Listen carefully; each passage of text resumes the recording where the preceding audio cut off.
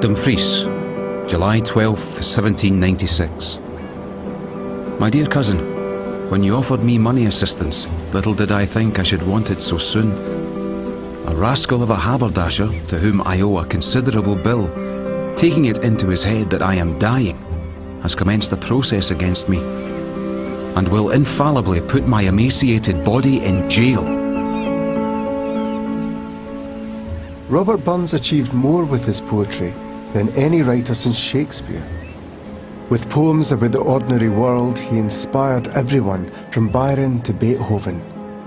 To this day, his birthday is celebrated all around the world. In his own lifetime, he was famous beyond belief, rock star famous, and acclaimed as a genius. But dead in this house just 2 weeks after writing a begging letter. Will you be so kind as to accommodate me by return of post with £10? Ah, James, did you know the pride of my heart, you would feel doubly for me. Alas, I'm not used to beg. So what brought Robert Burns, the greatest man of his age, to the point where he would die a beggar? When I look at this letter and see him begging a cousin for money to pay off a rascal of a haberdasher right at the end of his life, I feel heart sore for him. He was a man desperate to the end, fulfilling his father's grave warning that he might fail in life. And it raises a question, what is it about Robert Burns? What is it about genius? What is it about his character, fame itself, in fact, that could cause this man to fail? I think one of the reasons people love Robert Burns is because his work speaks to them so personally. I'm Andrew Hagan, a writer born and brought up in Burns country. And this is a journey to the heart of my Robert Burns, a search for what made my favourite writer into what he was, and to find his raw spirit here in the everyday places that inspired him and that still pulse with life today.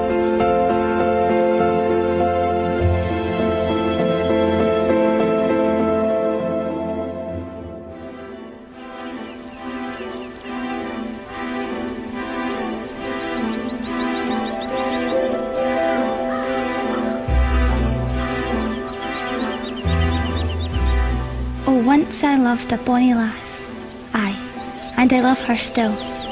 And whilst that virtue warms my breast, I love my handsome Nell. As bonny lassies I hae seen, and mony full as braw, but for a modest graceful mien, the like I never saw.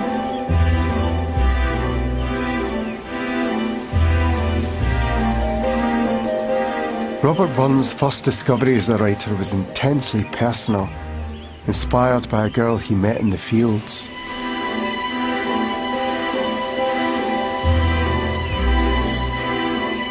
You know our country custom of coupling a man and a woman together as partners in the labours of harvest.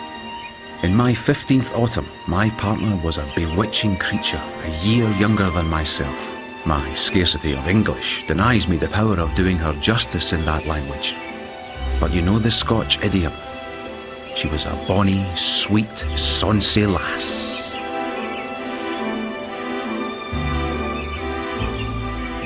A gaudy dress and gentle air may slightly touch the heart, but 'tis innocence and modesty that polishes the dart. 'Tis this in Nelly pleases me, 'tis this enchants my soul, for absolutely in my breast she reigns without control.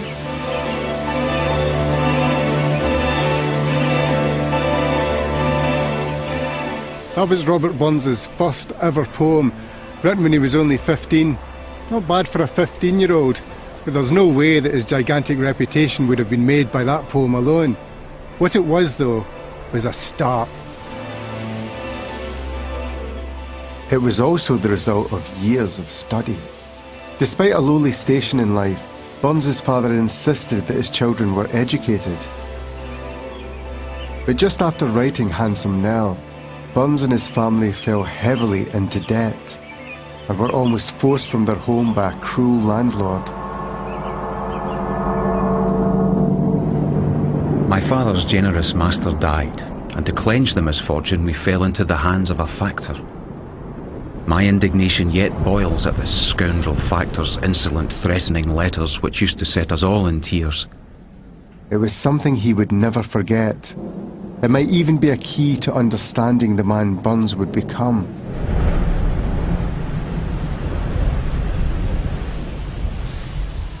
His head filled with poetry and learning, young Robert Burns grew restless to escape the small farming life, but didn't quite know how.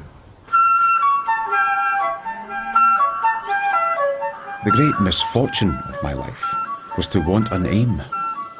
I saw that my father's situation entailed on me perpetual labour. In my 17th year, to give my manners a brush, I went to a country dancing school. This village of Tarbolton became the focus of young Burns' social life, and the girls of the parish filled his teenage imagination.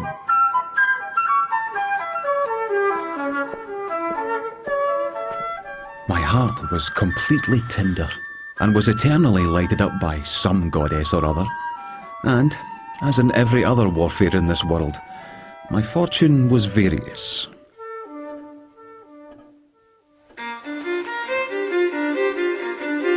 Burns also sought relief from the toil of the fields in the company of other spirited young men.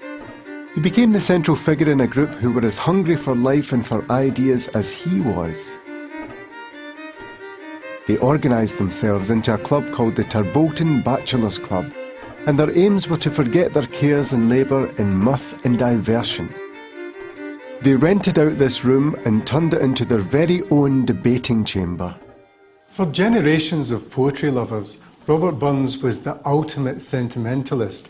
He represented all the virtues of the rural hearth and home, of the simplicity of poverty. But in actual fact, Burns was a radical. Both in sexual and political terms, he believed in improvement and openness and freedom. Here in Tarbolton at the Bachelors' Club, he would sit down with like-minded young men, and they would raise and debate some of the great controversial topics of their day.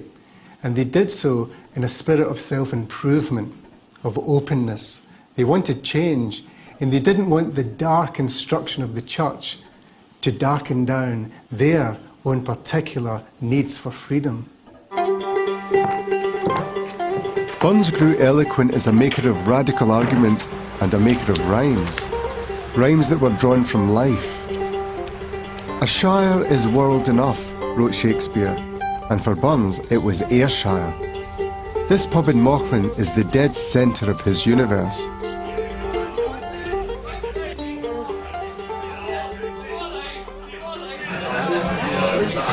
Marion, scrub a whiskey, please. A whiskey.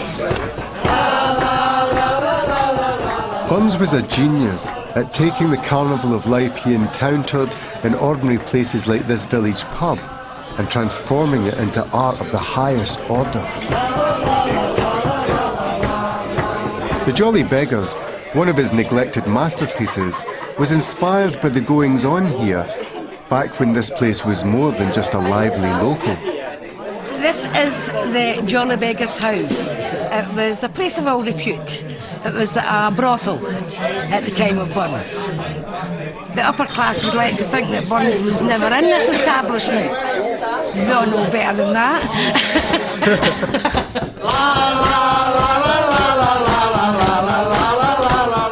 The Jolly Beggars is more of a mini opera than a poem, a sort of beggar's opera that celebrates life at the very bottom of society. I've come along tonight to hear a raucous rendition being performed in the very place that originally inspired it.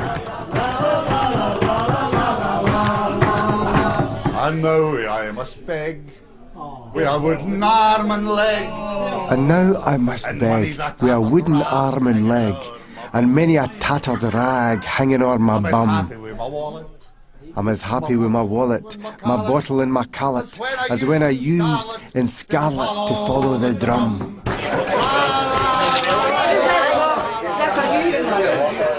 In the Jolly Beggars, the people that he shows are rough and ready. Rough and ready, aye. Would you say the clientele had changed much over the years? No, really.